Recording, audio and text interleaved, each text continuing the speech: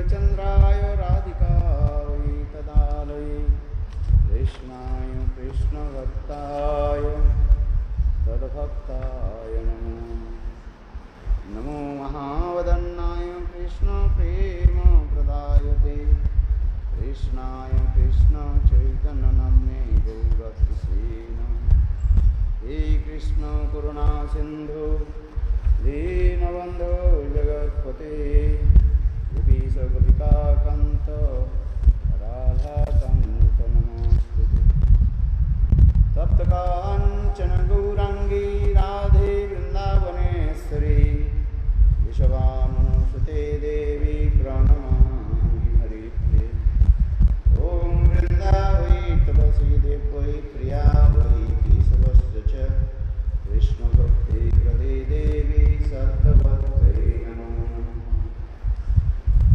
भक्ताविहीनपराधलक्ष्यै चित्तश्च कामादितरङ्गबद्धै कृपायै त्वां शरणं प्रपन्ना वृन्दे नमस्ते चरणारविन्दं भजामि राधां अरविन्दनेत्रं स्मरामि राधां मधुरस्मितस्यां वदामि राधां करुणधराद्रं ततो ममान्नास्ति गतिर्नवा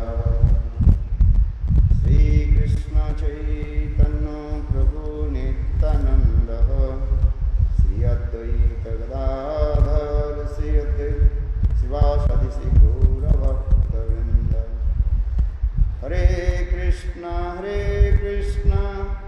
कृष्ण कृष्ण हरे हरे हरे राम राम राम हरे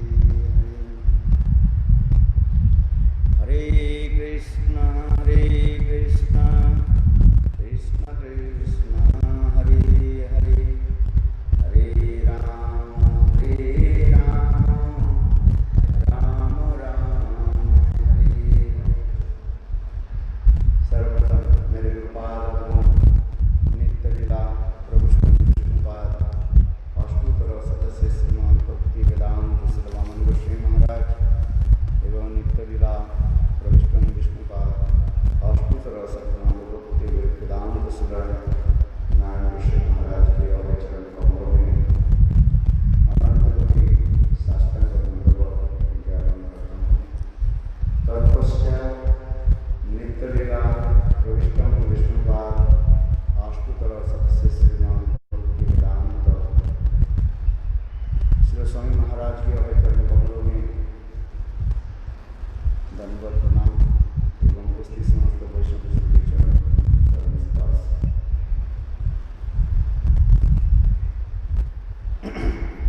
काल हम लोग राम भगवान रामचंद्र के आविर्भाव तिथि को बड़ी धूमधाम से मनाएंगे। आज अधिवास दिवस पर रामचंद्र के बारे में थोड़ा हमको कीर्तन करेंगे।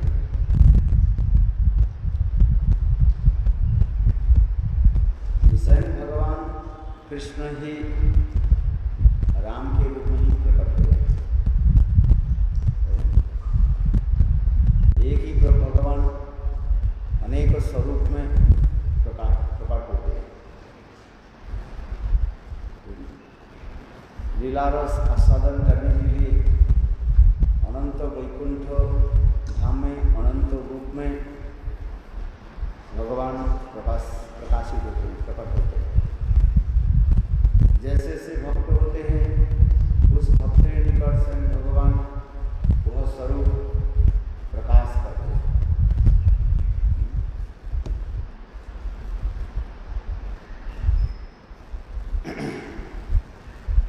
इस रामायण की कथा वाल्मीकि ऋषि ने बहुत सुंदर रूप में वर्णन किया है। ये किस प्रकार वाल्मीकि ऋषि ये रामायण जो रचना की इसके बारे में भी बताया गया।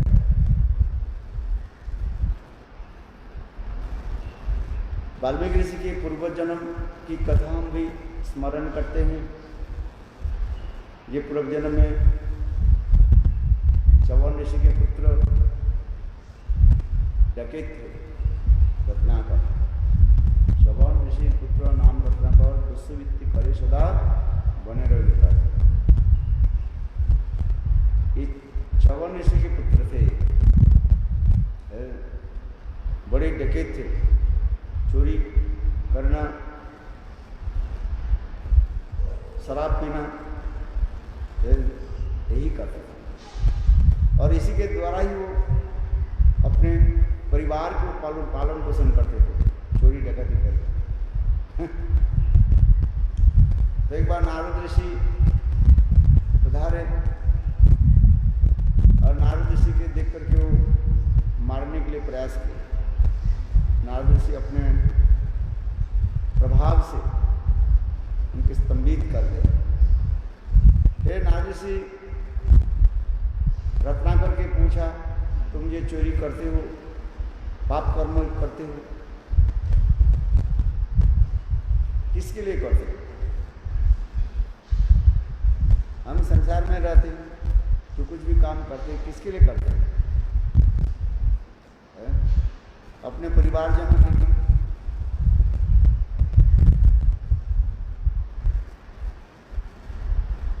क्या तुम्हारे परिवारजन तुम्हारे पाप के भागीदार होंगे? तुम जो पाप करते हो, पाप के भागीदार वो तो होंगे कि नहीं? तो रत्नाकर कहने लगे, क्यों नहीं होंगे? मैं उन लोग के लिए करता हूँ, न्याय के अनुसार तो ही कहा जाए।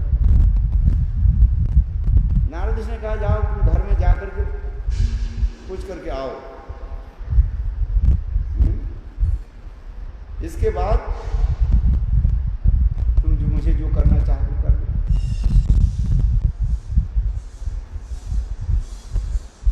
रत्नाकर बोले, इसके बहाने से आप बच जाओगे, किंतु हमारे आंख से कोई जा नहीं सकते।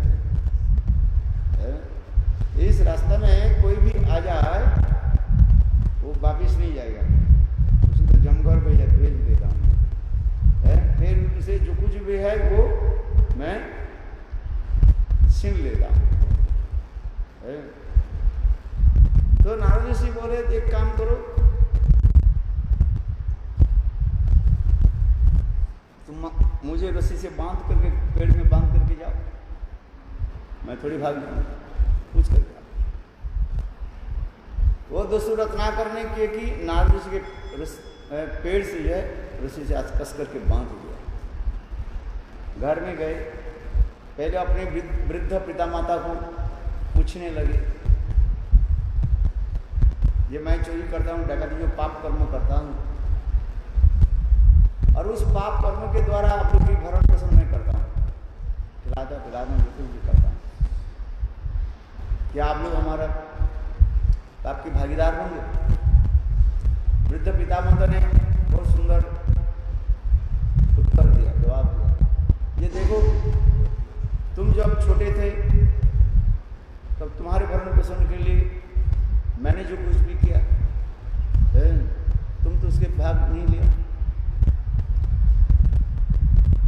तुम्हारी कर्तव्य है वृद्ध पितामाता के पालन पोषण करना है। कैसे अर्थोपार्जन करना है, क्या करना है, ये तुम्हारे ऊपर है। न तुम्हारे पाप न तुम्हारे पुण्य हम ग्रहण करेंगे। तुम अपने कर्तव्य पालन करो। तुम पाप से कमाओ और पुण्य से कमाओ, उससे हमारे कोई लेन देन नहीं है। वृद्ध माता पिता के पालन पोषण करना ये तुम्हारे कर्तव्य है, ड्यूटी एंड रिस्पॉन्सिबिलिटीज। तुम कैसे करोगे ये तुम्हारे ऊपर है। तुम्हारी एक तंश भी हम ग्रहण नहीं करेंगे। रत्नाकर चले अपने छोटे छोटे बच्चे को पूछने लगे, क्या तुम लोग हमारे पाप पुण्य ग्रहण करोगे?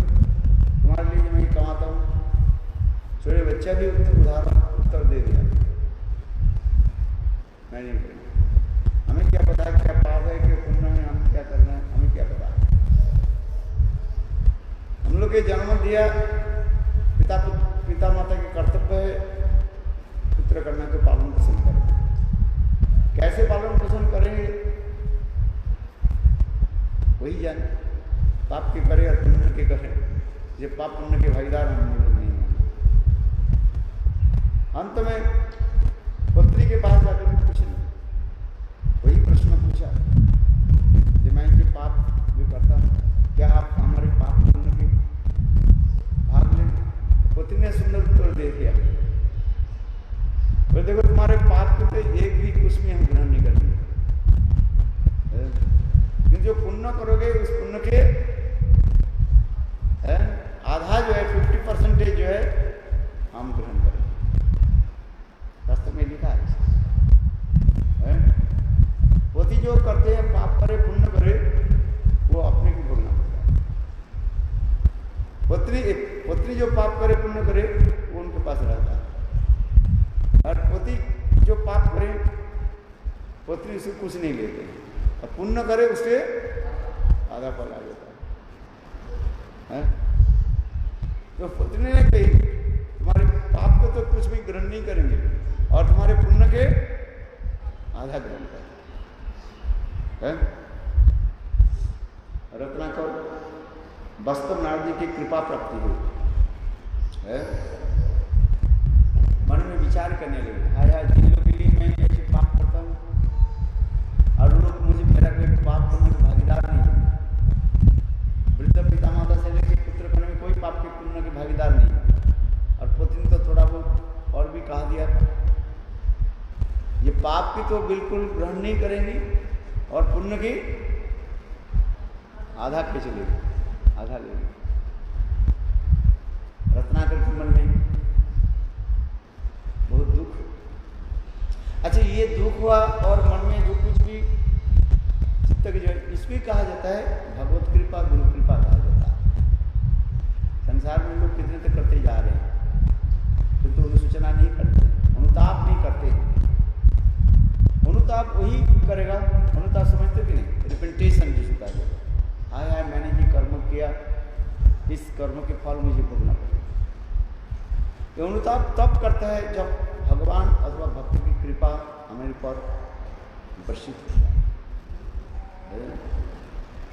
तब वो वास्तविक रूप में जो है वो अनुताप करता है।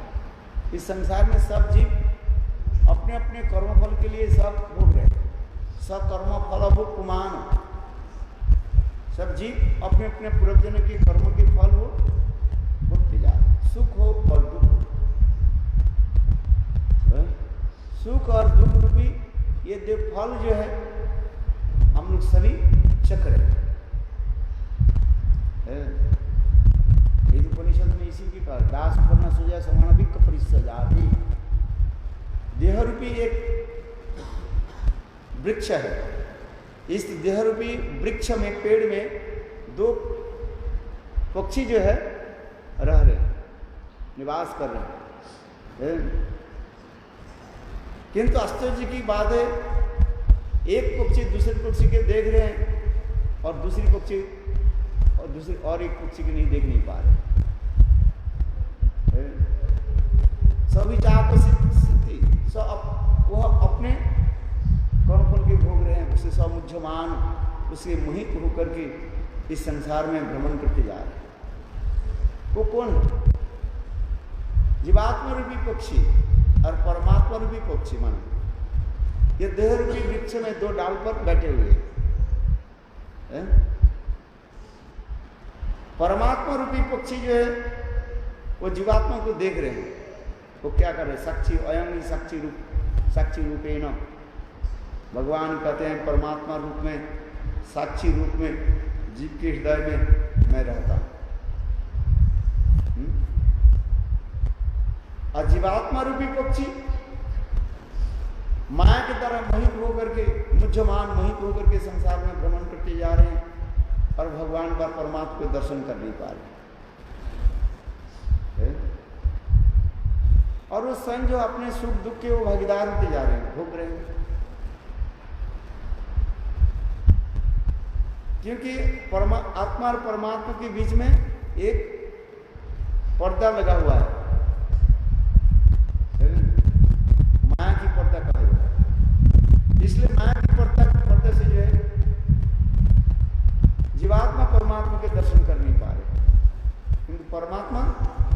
बात नहीं थी।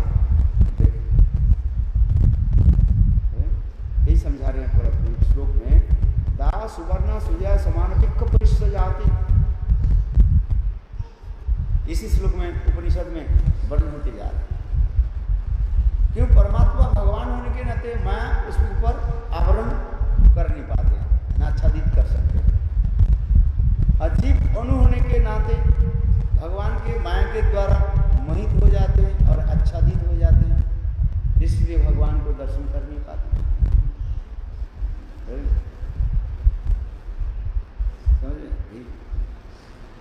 इसलिए कहा जाता है कोई किसी के फल कर्मफल कोई ना लेते हैं न कुछ करते हैं।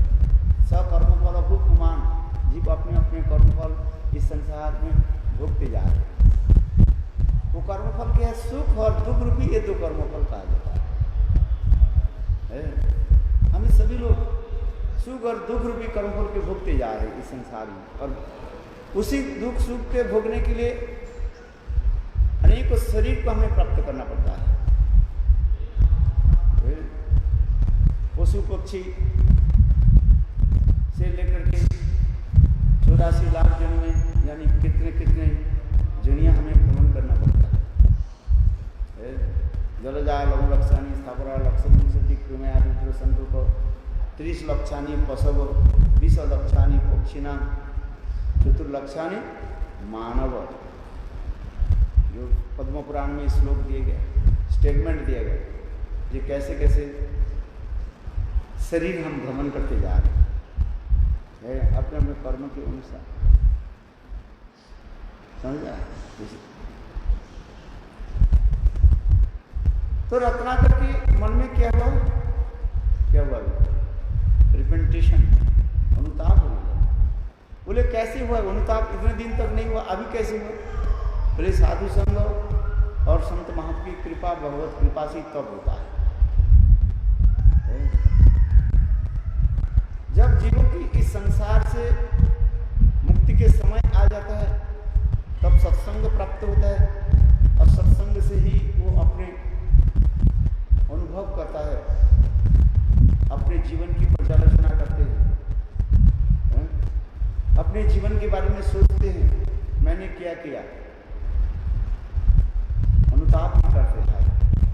आइए रत्नाकर नारद ऋषि के पास आकर के रोने लगे, और नारद ऋषि के बंधन से मुक्त करा करने के लिए, प्रभु आप मुझे कृपा करो, मुझे तो अनेकों जन्म मुझे पाप भोगने के लिए नरक में जाना पड़ेगा, आप मुझे उद्धार कीजिए।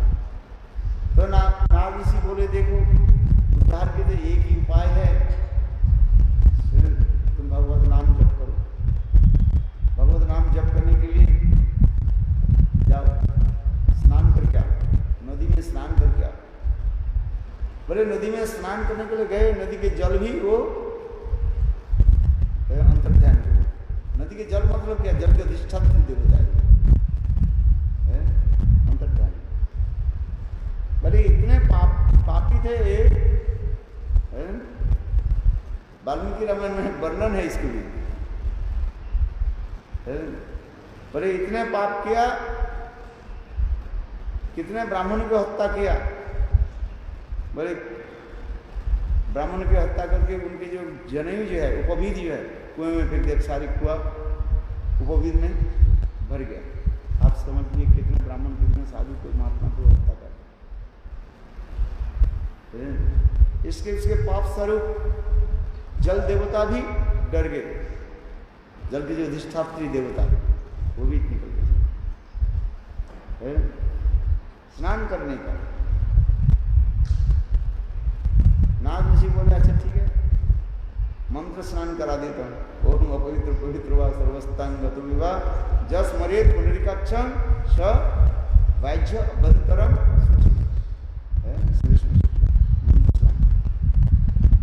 मंत्र स्नान के बाद नारद जी बोले चलो राम नाम सहज नाम, राम नाम जप करो।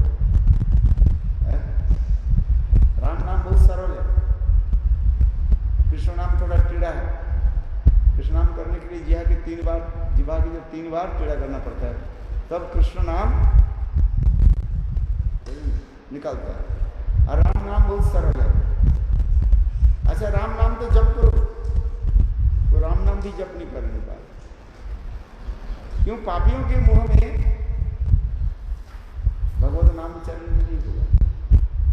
सतो जन्मे जपुमान वासुदेव समर्चित तन्मुखे हरिनाम तिष्ठन्ति भारत आदि पुराण में स्वयं भगवान कृष्ण अर्जुन के कहने लगे, एक नहीं 100 जन्म जिन लोगों ने मेरा वासुदेव विग्रह के अर्चन किया, पूजा किया, उनके मुंह में भगवत नाम चल गए।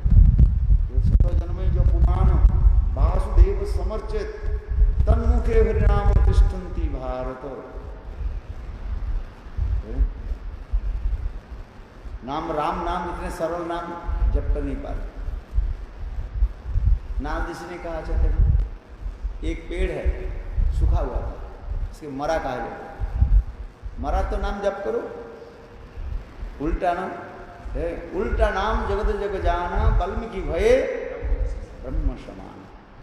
देखो रत्नाकर उल्टा करके नाम जप करके मरा राम है, मरा मरा करके राम नाम जप, यही राम नाम जप करने लगे। मरा मरा राम राम राम राम है, मरा नाम जप। हजारों साल तक एक स्थान पर बैठ करके उन्होंने राम नाम जप करने लगे। और जप करते करते उनके शरीर में वो क्या बोले, एक प्रकार जो ये होता है दिमाग लग गया है। दिमाग सोचने लगे ये कोई शायद सूखे हुए लकड़ी होगा शायद, और उसके ऊपर मिट्टी के ढेर, सारा शरीर के मांसपेशियों को सब केवल हड्डी हड्डी रहा हजारों साल तक, और उसी से ही राम नाम निकल गया। फिर भगवान की इच्छा से बारिश हुई और सारे दिमाग के मिट्टियां जो है वो धो, इसलिए दिमाग की मिट्टी से अंदर में रह करके राम नाम भजन किया था, इसलिए उनके नाम ही पड़ा गया वाल्मीकि। संस्कृत में दिमाग की क्या होता है, वाल्मीकि कहा जाता है, इसलिए उनके नाम ही हो गया वाल्मीकि कहा। ऐसे उनके जीवन चित्र के इतिहास बता रहे। आज हम तो 2 दिन में आकर के बस सबको जानना चाहते हैं, सोचते हैं हम सबको दो। अभी कुछ भजन साधन करते रहे, गायत्री मंत्र आदि जप करते रहे, भगवत भजन करते रहे, तब धीरे धीरे हमारे हृदय में प्रकटित होगा। एक दिन में सब प्रकटित नहीं हो जाएगा, ना समझ पाओगे। तो वाल्मीकि ऋषि उसी प्रकार भजन आदि करने लगे। नारद ऋषि की कृपा से भजन करने, राम नाम जप करने लगे। अभी नारद ऋषि की वाल्मीकि ऋषि के जीवन चरित्र इसी प्रकार भी वर्णन है। एक बार तमसा नदी की तट पर जाकर के भजन कर रहे थे, कुटिया में रह करके, और नित्य प्रत्यह प्रातः काल में उठ करके, ब्रह्म मुहूर्त में उठ करके तमसा नदी में स्नान करते थे। एक दिन वाल्मीकि ऋषि तमसा नदी में स्नान करने के लिए गए। प्रातः काल में स्नान होना चाहिए। प्रातः स्नान नरकं जाति माघ स्नान विशेषतः परस्त्रीकंठा संलग्ना वैकुंठ मापनुते।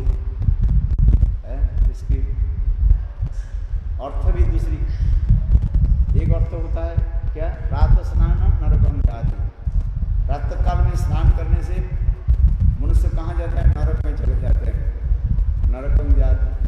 माघ स्नान और विशेषतः माघ महीने में स्नान करने से विशेष नरक में जाना पड़ता है। प्रातः स्नान नरकं जाति, माघ स्नान और विशेष परस्त्री कंठा संलग्न स्नान वैकुंठ मापनुते। दूसरे स्त्रियों के गले में हाथ लगा करके स्नान करो तो कहाँ चले जाओगे, वैकुंठ प्राप्ति हो जाएगा। वो कुछ सहजिया लोग इसी प्रकार व्याख्या कर देते हैं, किंतु ये व्याख्या ये जो है अर्थ ठीक नहीं है। प्रातः स्नानम नरकम जाति, प्रातः काल में स्नान करने से लोग कहाँ जाते हैं? कम शब्द का अर्थ होता है स्वर्ग में जाते हैं। नरकम एक होता है नरकम और एक है नरकम, दो अलग हो जाता है। मनुष्य कहाँ जाते हैं? कम शब्द का अर्थ होता है स्वर्ग में जाते हैं। प्रातः स्नानम नरकम जाति, माघ स्नानम विशेषतः माघ महीने में नियम करके स्नान करने से, पवित्र नदी आदि में तीर्थ आदि में स्नान करने से विशेष स्थान पर जाते हैं, अर्थात स्वर्ग आदि ऊपर लोग ब्रह्मलोक भी पहुंच जाते हैं। कल्पवास कहा जाता है। माघ महीने में कोई यदि प्रयाग में जाकर के वास करे, निवास करे, रहे, नित्य पत्ता स्नान आदि करे तो एक कल्प तक ब्रह्मलोक में वो रहेंगे। एक कल्प माने ब्रह्मा के एक दिन, 1000 चतुर्युग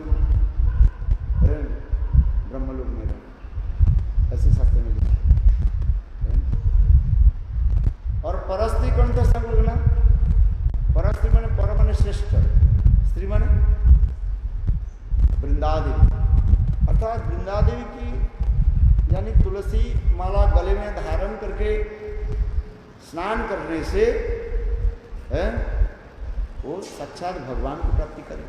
वैकुंठ शब्द का अर्थ होता है भगवत प्राप्ति हो, इसलिए गले में तुलसी धारण करना चाहिए। बहुत लोग गले में तुलसी जो है धारण नहीं करते हैं। सहजिया लोग, कुछ लोग भी ऐसे कहते हैं नहीं गले में तुलसी धारण करना नहीं चाहिए, क्योंकि तुलसी धारण करो स्नान करने के बाद तुम्हारे गले के तुलसी के जल जो है तुम्हारे पैर पर लगेगा, लगेगा कि नहीं? तो अपराध हो जाए। बहुत लोगों की इसी प्रकार विचार है, इस करके अवगण लोगों की विचार है, गले में तुलसी रख करके गंगा के स्नान करना नहीं चाहिए। कुछ लोग ऐसे भी करते हैं, स्नान करने के पहले ये क्या करते हैं? तुलसी माला के उतार देते हैं, निकाल देते हैं, कहते गले में तुलसी माला के स्नान करो तो गले के तुलसी माला में पानी है नहीं और तुम्हारे पैर में लगे कि नहीं लगे, इसलिए गले की तुलसी माला उतार देते हैं। तो गंगा स्नान कैसे करोगे? गंगा जल में पैर कैसे रखोगे?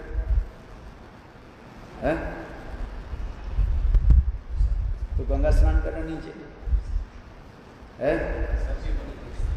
सिर के नीचे तरफ करके, पैर के ऊपर करके गंगा स्नान। किसी को बोलोगे भाई मुझे लटका कर स्नान करा दो, डूब गए, पैर न लगे, ऐसे नहीं। शास्त्र में जैसे विधान दिया उस विधान को लेकर के चलना पड़ता है। अपने मनमानी ढंग से विचार नहीं है, ये मुझे पैर पकड़ करके लटका करके उल्टा करके गंगा में डुबाओ, उठाओ, गंगा स्नान हो जाएगा। ऐसे नहीं, शास्त्र में विधान दिया ये तुलसी माला गले में रख के स्नान करना चाहिए, उतारना नहीं चाहिए। कुछ लोग भी करते, ये उपविध है ना, इसके उतार देते हैं स्नान करने के समय, तो ये नहीं, उपविध साक्षात बलदेव स्वरूप है, अनंत देव स्वरूप है, उपविध के जो है सदा स्वरूप रखना चाहिए। ऐसे कुछ कुछ लोग करते हैं, कहाँ कहाँ सर्जिया लोगों के साथ मिलता रहता है, और ऐसे ऐसे लोग भी आपके भी सलाह दे देते हैं, आप उसको सत्य मानते हैं। बंगाल में जाओगे तो ऐसे सलाह देने वाले 1000 को बैठा हुआ है, और उल्टी सीधा आपको बोलते रहे।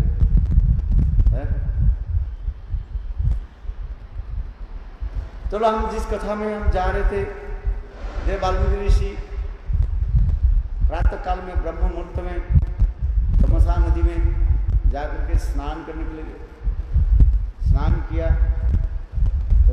स्नान करके जब नदी से उठ रहे थे, आ रहे थे नदी से, इतने समय एक चमत्कारी वस्तु को देखा। उस तमसा नदी में दो पक्षी है, क्रौंच पक्षी है। क्या पक्षी है? क्रौंच पक्षी, कबूतर के भांति होते हैं, और नदी में वो लोग भी तैरते रहते हैं। बहुत सुंदर सफेद दो पक्षी जो है, एक स्त्री और एक पुरुष जो है, और उस नदी के जल में जो है विचरण कर रहे हैं, तैर रहे थे, आनंद उत्सव आदि मना रहे थे। इतने समय एक वैद्य शिकारी जो है, वो दोनों क्रौंच पक्षी को देख करके बस तीर निशाना कर दिया, और उनके तीर जाकर के पुरुष जो क्रौंच पक्षी है उसके वक्षस्थल को बेच दिया। और देखते देखते ही उनके सारे शरीर जो है खून से लथपथ हो गया है, और यंत्रणा में छटपट करने लगे, अपने मानव पत्नी रूपी स्त्री पक्षी की तरफ देखते देखते ही विलाप करते थे, अपने शरीर को छोड़ दिया। और वो क्रौंच यानी स्त्री पक्षी भी मानो उसके पति रूपी पक्षी को देख करके बस भाव में विभोर होकर के रोने लगे। पक्षी आदि क्या करे?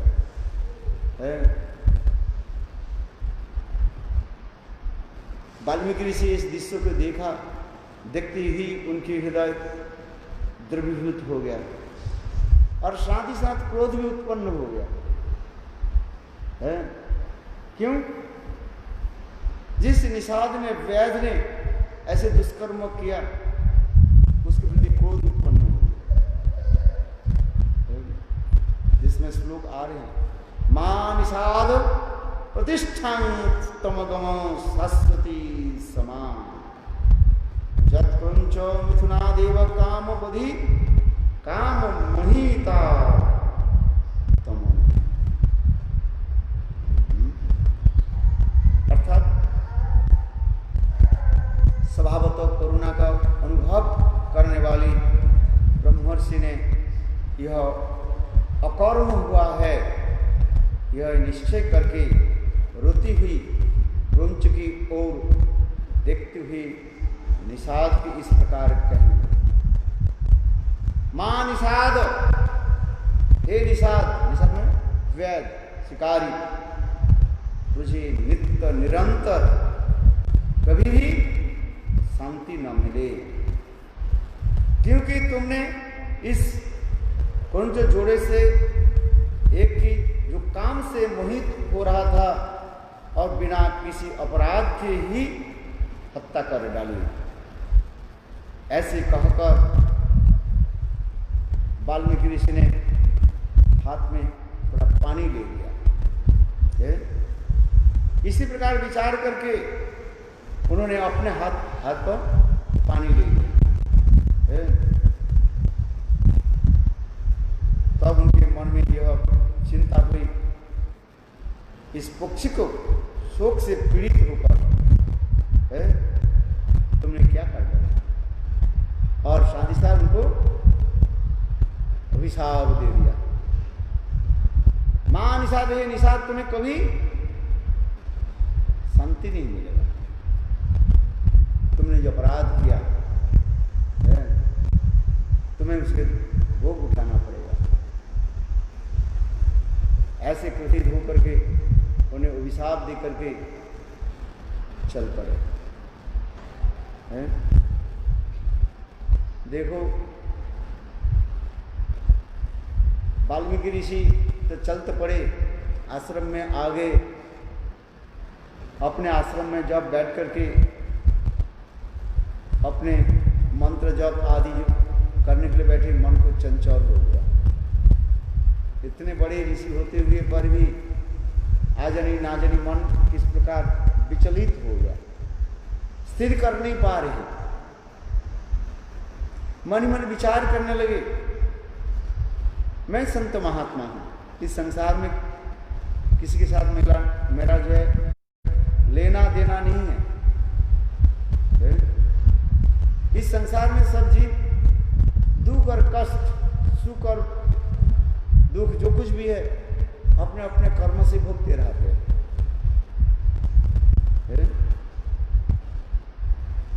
किसी जन्म में उन्होंने उसको मारा था, इस जन्म में उसको वो मार रहे हैं। कर्म की फल कहीं न कहीं किसी प्रकार से वो आ ही जाता है। मैंने एक कथा सुनाता हूँ कभी। एक ऑफिस के मैनेजर थे, बहुत सारे सरल मैनेजर थे, बहुत भले भाले लोग थे।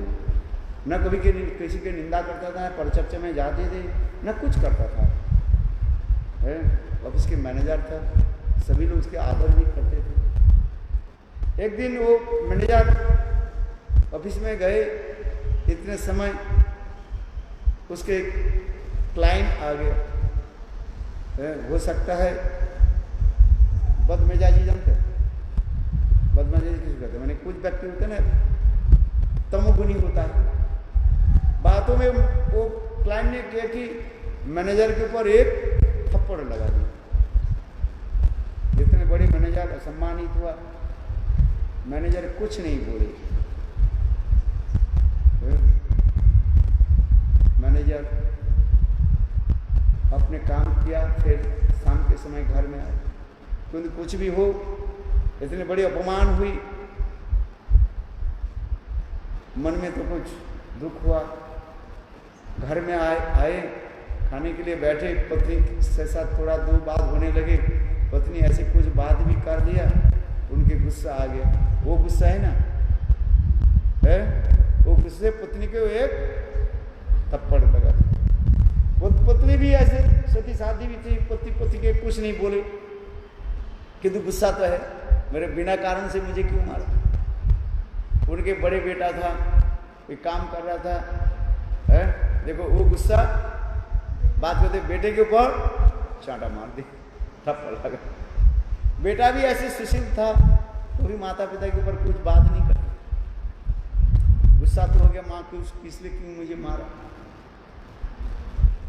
उनके छोटे भाई बैठा हुआ था, है तो भाई के साथ बात करते करते उसके गुस्सा कहाँ पर चढ़ा दिया, छोटे भाई को मार देता। छोटे भाई भी कुछ नहीं बोले, आगे बढ़े। छोटे भाई देखा कुत्ता जा रहा था, है छोटे भाई ने क्या, ये कुत्ता के जोर से लात मार दिया, क्रोध आ गया। देखो कहाँ से क्रोध कहाँ से जा रहा। और कुत्ता काम करके दौड़ने लगे, दौड़ते देखा कुत्ता को भी गुस्सा आ गया। कुत्ता ने देखा एक व्यक्ति रास्ते में जा रहे थे, उसके पीछे में जाकर के उसको काट दिया। है? इतने समय एक संत महात्मा बता रहे, वो जो रास्ते में जो जा रहे थे ना, वो बोले देखो मेरा कौन सा कर्म है, मैं तो किसी को मारा ही नहीं, आज कटा ही नहीं है, ये मुझे क्यों, कुत्ते की जो मुझे काट दिया। संत महात्मा त्रिकालज्ञ थे, त्रिदर्शी थे, बोले तुमने कभी किसी को मारा था? बोले हाँ। वही व्यक्ति कौन था? वही है जो मैनेजर को मारा था, जो क्लाइंट था, वही था। देखो कर्म के फल कहाँ आ करके आ गए। बोलो वृंदावन बिहारी लाल। मेरे कहने की तात्पर्य यह है, कर्म की फल कहीं न कहीं किसी समय जाकर के वो फलीभूत होगा, प्रकाशित होगा।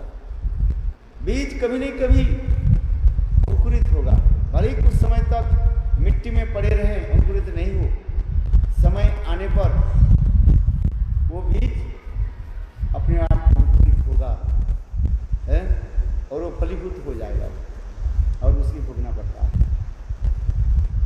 शायद आप लोग देखे होंगे, खेती में कृषक गेहूं धान आदि के फसल को काट करके ले जाते हैं, और कुछ गेहूं धान जो है वो जमीन में पड़ा रहता है। वो आने के समय देखो, समय बहुत समय बीत जाते हैं, वो अंकुरित नहीं होता है, पानी बरसने पर भी वो अंकुरित नहीं होता। क्योंकि देखो जब सीजन आ जाता है ना, बारिश होने के साथ ही साथ वो अंकुरित हो जाता है, फिर पौधा अपने आप निकालता रहता है। खेती में आप लोग देखोगे, जमीन में देखोगे है, कुछ महीने के बाद जो है और वो बीज अंकुरित होकर के वो अपने अपने बड़े पौधा हो। बोले इतने समय तक का क्यों नहीं हुआ? बोले यही कहते हैं समय ही बलवान है, सर्वं कालं कृतं मन्ये, काल ही हमें जो है वो समय के अनुसार फल दे देते हैं। हम पूर्व जन्म में जो कुछ कर्म किया उस कर्म के फल समय के अनुसार वो अंकुरित होता है और वो फल मुझे भोगना पड़ता है। ये नहीं है जब कहेंगे महाराज इस जन्म में तो मैंने किसी के कष्ट नहीं किया, मेरे क्यों कष्ट क्यों मिल रहा है, और फलाना व्यक्ति कितने दुष्कर्म आदि करते हैं वो उनके आगे बढ़ रहे। क्यों? कर्म के फल समय के अनुसार वो फलीभूत होता है, अच्छी बुरी कर्म आदि है। तो मेरे कहने के जब वाल्मीकि ऋषि यही सोच रहे थे, इस संसार में सारे जीव अपने अपने कर्म फल भोगते जा रहे हैं, मैं संत महात्मा हूं, मेरे उससे फिर क्या लेना है, क्या देना है? निरपेक्ष जो संत महात्मा होते हैं वो किसी के लेन देन में न सोचती न कांक्षति, सम सर्वसु भूतेषु मद्भक्ति लभते परम। संत महात्मा ही होता है, जानते हैं सब जीव अपने अपने कर्म के फल भोग रहे हैं। जैसे तुमने किसी को थप्पड़ मारा था, समय पर आने पर वो तुम्हें फल आ जाएगा ना। देखो वही व्यक्ति जो है, क्लाइंट जो था वो मैनेजर को मारा था बिना कारण से, और वो फल कहां पर आ गया? कुत्ता उनको काट दिया। किंतु वो सोचा कुत्ता क्यों मुझे काटा, वो तो भूल गए। मानो आज से कितने साल पहले, ये तो मैं कथा तो आपको बोल दिया जैसे लग रहे एक सेकंड में आ गया, किंतु वो तो कितने समय के बाद आ रहे। जब मैं कथा आपको सुनाया ऐसे लग रहे हैं अभी मैंने एक सेकंड में जाकर के कुत्ता आदमी काट दिया, ऐसे नहीं, वो तो समय के अनुसार दे जा रहे हैं। उस समय के अनुसार हमारे कर्म आकर के जो है वो फलीभूत होता है। सुख दुख कोई भी कहते हैं आप इतने भजन करते हो, आपके घर में इतने कष्ट क्यों आता है, रोग शोक क्यों होता है? एक तो आप कितने भजन करते हो वो भी तो आप देखना पड़ता है। दूसरी बात है भाई आपके पास जो कर्म है वो तो आएगा ना, फल भी आएगा, वो समय के अनुसार आता रहता है सब। इसलिए कहते सर्वं कालं कृतं मन्ये, भजन की इतने प्रभाव हो तो सारे फल नष्ट हो जाता है। आज समझ, किंतु लोग उसके मानने के लिए तैयार नहीं होता है। नास्तिकता आ जाता है, कहने का तुम इतने भजन करते हो, तुम्हारे घर में इतने क्लेश क्यों है? इतने बीमारी क्यों है? क्या तुम्हारे घर में नहीं होता है? जो भजन नहीं करते उसके घर में क्यों नहीं होता है? संसार में जीव में सब कुछ भोगना ही पड़ता रहता है। ये कर्मबद्ध जीवन है हमारा, संसार एक कर्ममय है, सुख दुख पाप पुण्य के द्वारा गठित हुआ है। तब कहते हम भजन जो करते हैं इसके क्या होगा? कहते देखो भगवान करुणा मांगो, अनंत करोड़ जीवन की जो एक पाप अथवा पुण्य के भगवान नाश करा करके थोड़ी सी दो एक दाना जो कर्म हो उसके आपको रख देते हैं, और उसी की एक जन्म में आपके भोग करा करके फिर भगवान नित्य धाम में आपको ले जाते हैं। ये माधुर्य कादम्बिनी ग्रंथ में इसलिए विश्वनाथ चक्रवर्ती पाद उसके वर्णन किया जाए। क्यों? हमारे प्रारब्ध कर्म के अनुसार तो शरीर मिला है? इस प्रारब्ध कर्म की सामान्य रूप से जो है वो भुगा करके हमें भगवान लेकर के जा रहे हैं। आगे भुगना नहीं पड़ेगा, भगवान इतने कृपा कर दे। लाखों करोड़ जीवन की कर्मफल जो रखा गया जिसको हम कहा जाता है अपरार्थ कर्म, ये प्रारब्ध जो कर्म हम अभी इस शरीर में रहकर जो भोग रहे हैं इसे कहा जाए प्रारब्ध कर्म कहा जाता है। अप्रारब्ध कर्म जो कर्मफल अभी पहले रखा गया, संचित करके रखा है, रिजर्व रखा गया, वो भी आपको जन्म जन्मांतर में भोगना पड़ेगा रोटेशन के अनुसार। फिर आप जो इस जीवन में जो कर्म करते जा रहे हैं वो भी संचित होते जा रहे हैं। बैंक के खाते में पैसा डालते जा रहे हैं और जमा होते जा रहे हैं। स्टेटमेंट देते हैं ना, किस महीने में, किस साल में कितने पैसा आप बैंक में जमा किया और कितना पैसा उठाया, यही तो बैंक के स्टेटमेंट होता है ना। बैंक स्टेटमेंट तो यही दिखाते हैं।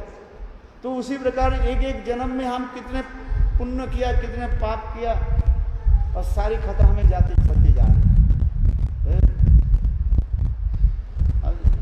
फिक्स डिपॉजिट नहीं है, सब चलते जा रहे हैं।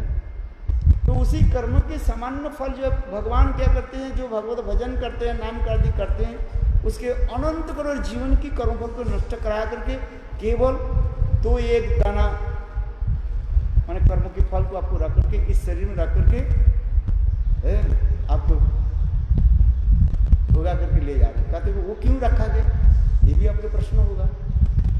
ये नामाभास में तो सब तो कर्मफल नष्ट हो जाते हैं। भगवान कहते हैं, इसे माधुर्य कादंबरी में कहते हैं, विश्वनाथ चक्रवर्ती पाद कहते हैं, तुम्हारे कर्मफल नहीं तो शरीर नहीं रहेगा। प्रारब्ध कर्म के थ्रू तो शरीर रहता है। यदि कर्मफल नहीं रहे, शरीर तुम्हारे नहीं रहेगा, और शरीर नहीं रहे तुम भजन भी कर नहीं पाओगे। इसलिए भगवान कृपा करके तो एक दाना रूपी कर्मफल को हमें दे करके और उसको भुगा करके ले जाते हैं। दूसरी भी और भी एक युक्ति दिलाते हैं, बोले क्यों कष्ट क्यों आता है ना, भगवान इसलिए हमें कष्ट देते हैं, हमें दैन आ जाए, भगवान के प्रति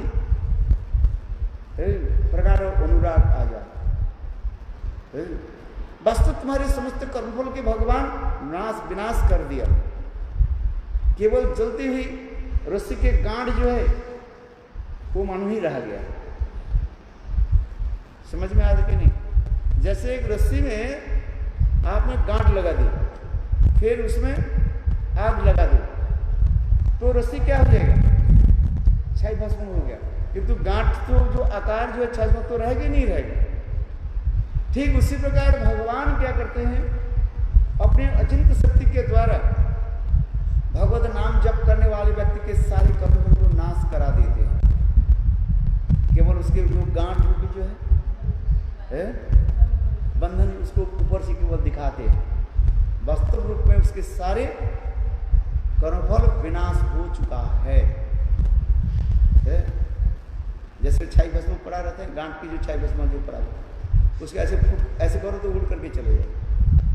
ठीक उसी प्रकार जिस दिन जीव सदगुरु चरणाश्रय करके भगवत नाम मंत्र आदि जप करते हैं, उनकी सारी कर्म आदि जो है विनाश हो गया, नष्ट हो गया। केवल एक गांठ रूपी कर्म की जो है एक निशाना मात्र रख देते हैं। क्यों? भगवान सोचते हैं इसके उत्कंठा बढ़ाने के लिए। हमें सुख दुख नहीं हुआ तो भगवान के प्रति हमारी उत्कंठा नहीं बढ़ेगा, दीनता नहीं आएगा। माधुर्य कादंबरी ग्रंथ आप लोग अध्ययन करो, सारे संशय आपके ये हो जाएगा, समाधान हो जाएगा।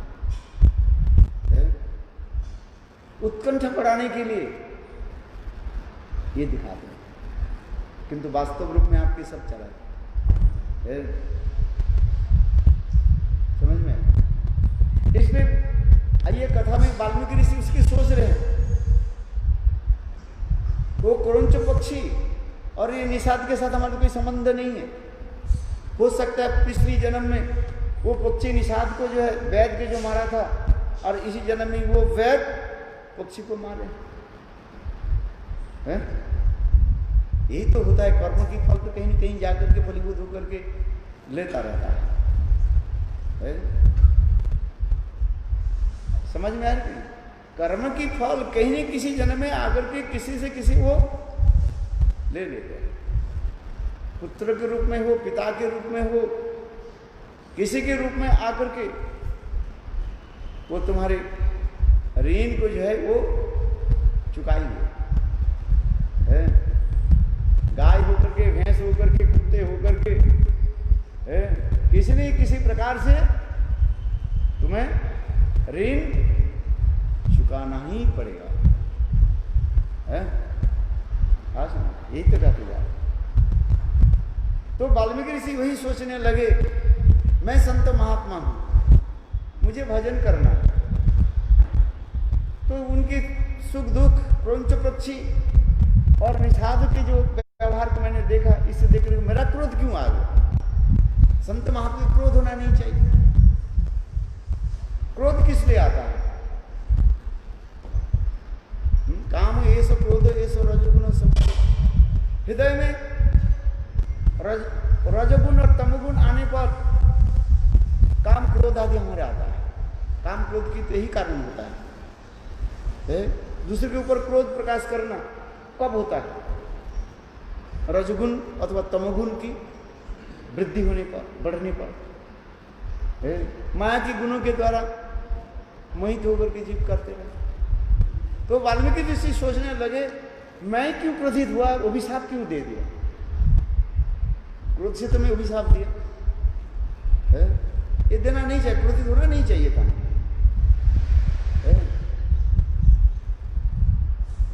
अपने इसलिए अपने मन में कुछ सोचने लगे, अनुताप करने लगे, दिखता मैं क्यों अभिशाप दूं, बैठ करके विचार करने लगे। इतने समय साक्षात ब्रह्मा जी उनके सानिध्य में प्रकट हुए और ब्रह्मा जी आकर कहने लगे, वाल्मीकि ऋषि आप अनुताप मत करो, तुम्हारे जिहा में जो शब्द निकले हैं, उसी शब्द के द्वारा ही तुम भगवान की लीला कथा को जो है प्रकाशित करो। बोले कौन सा लीला? बोले भगवान रामचंद्र की लीला कथा को तुम प्रकाशित करो। इसी श्लोक के ऊपर मां निषाद प्रतिष्ठान तमगम सस्यति समा जग क्रौंच मिथुनादेव प्रभुपदी काम मोहि पर अनुष्ठुप छंद में तुमने इसके ऊपर ही तुम भगवान रामचंद्र की कथा प्रकाशित करो। मैं तुम्हारे हृदय में भी प्रेरणा दूं। ऐसे करके ब्रह्मा जी अंतर्ध्यान हो गए। फिर वाल्मीकि ऋषि उसी स्थान पर बैठ करके भगवान रामचंद्र की लीला कथाओं को जो है स्मरण करने लगे और फिर उन्होंने संस्कृत भाषा में भगवान रामचंद्र की कथा उन्होंने लिखी, जिसके वाल्मीकि रामायण नाम से प्रसिद्ध है। हेलो वाल्मीकि महामुनि की जय जय श्री राम। इसलिए वाल्मीकि ऋषि के जीवन चरित्र रामायण कैसे प्रकटित हुई उसके बारे में हमें जानना चाहिए। बोलो वृंदावन बिहारी लाल की जय। तो कथा बोले 6:30 बज गया है, सबको आपको जाना ही है। और गोविंद बल हरि गोपाल गोविंद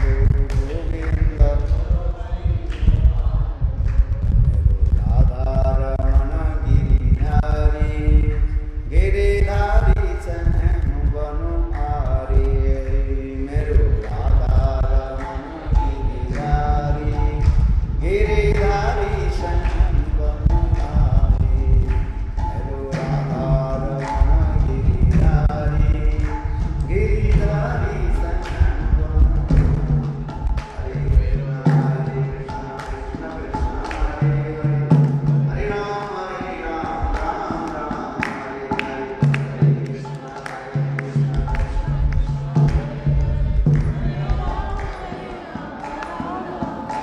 विदाई हरि ओम हरि ओम हरि ओम हरि ओम विदाई हरि ओम हरि ओम हरि ओम हरि ओम। हरि लाल की जय जय जय श्री राम, जय जय श्री राधे, जय जय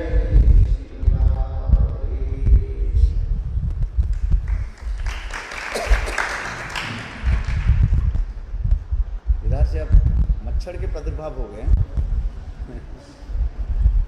मच्छर कैसे आ जाता है? सामने पार्क है, पार्क से? दिल्ली के रॉक्स हाँ?